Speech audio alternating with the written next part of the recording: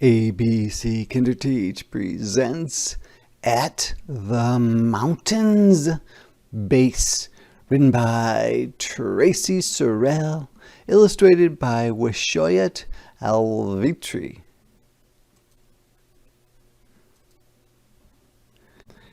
At the mountain's base grows a hickory tree, which a hickory tree looks like this. Beneath this sits a cabin, hickory tree cabin.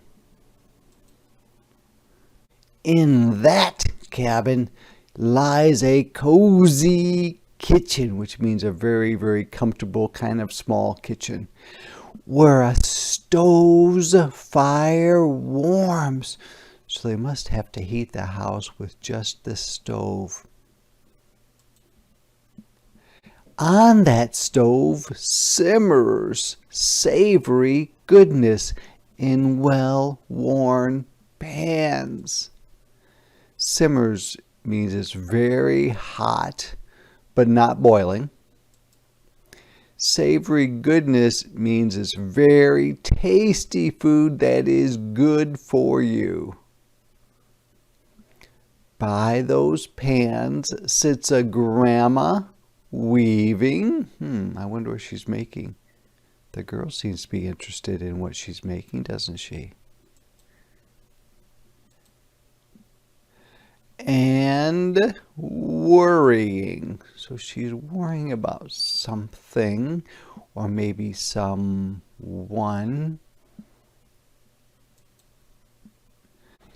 Around that grandma gathers a family, tending or taking care of and singing. Looks like she's drinking coffee or maybe hot chocolate. And it looks like the little girl might be helping with the weaving. Within their song unfolds a battle. And that means their song tells about a big fight, testing and demanding. Means it's very hard. And it looks like there's a woman who's flying an airplane. Maybe that's their sister. In that battle soars a plane, climbing and diving or flying up and down.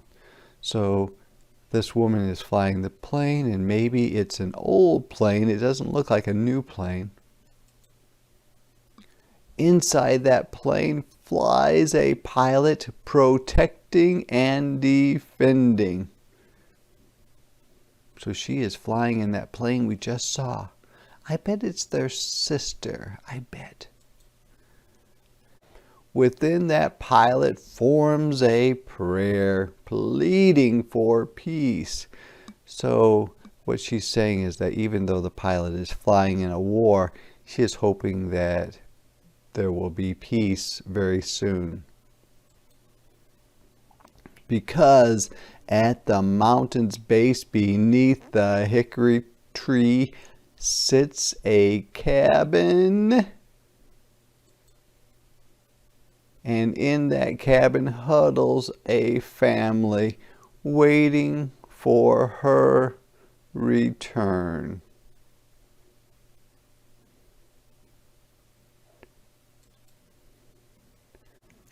Author's note. Although this poem is about a fictional or made-up Cherokee family, Native women have served and continue to serve in wars while receiving strong support from their families.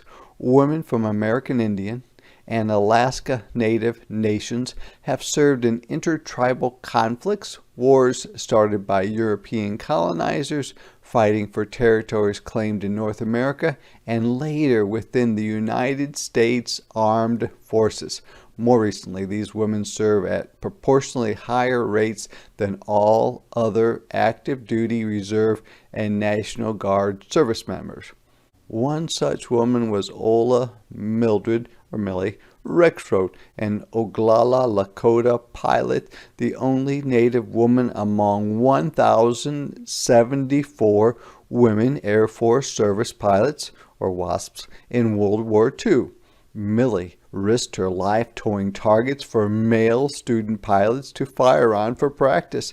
She also transported non-flying personnel and cargo during the war.